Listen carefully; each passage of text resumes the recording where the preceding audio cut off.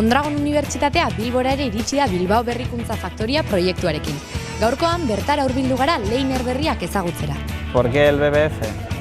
El BBF viene a dar solución o intenta dar solución a la necesidad que tenemos hoy en día de crear empresas que sean competitivas y que sean sostenibles, y que estas empresas en Bilbao estén al frente de la reconversión empresarial a la que nos enfrentamos una vez más. Bilbao Berrikuntza Faktoria lidergora eta ekintzailetasunera zuzendutako laborategia izateko sortu da. Ez da, beste unibertsitateetan ikasten den metodologia berbera erabiltzen eta azkenean saiatzen dira hori, erakusten talde lana garrantzitsuena dela. El hecho de llamarlo también laboratorio pues es un poco eso, ¿no? Lo que quiere generar.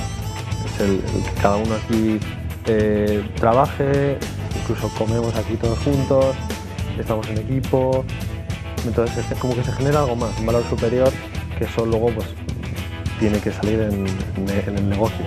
Para ello el edificio es un espacio donde desarrollaremos 3 actividades diferentes. La primera sería la educativa. Empezaremos con el grado de Lein, pero otros grados diferentes, másteres y formación continua también darán cabida. Tendremos la parte de incubación, que será liderada por la empresa INIT, que tenemos un acuerdo con ellos. La tercera sería la parte de consolidación, que sería diferentes empresas ya consolidadas en el mercado, pues que veamos que su estrategia y nuestra visión y el impacto local en Bilbao, en Euskal Herria y también en Europa, pues están alineados.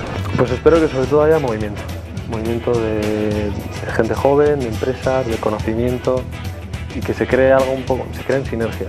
I expect that this is something new that is going to maybe somehow create the impact for locally.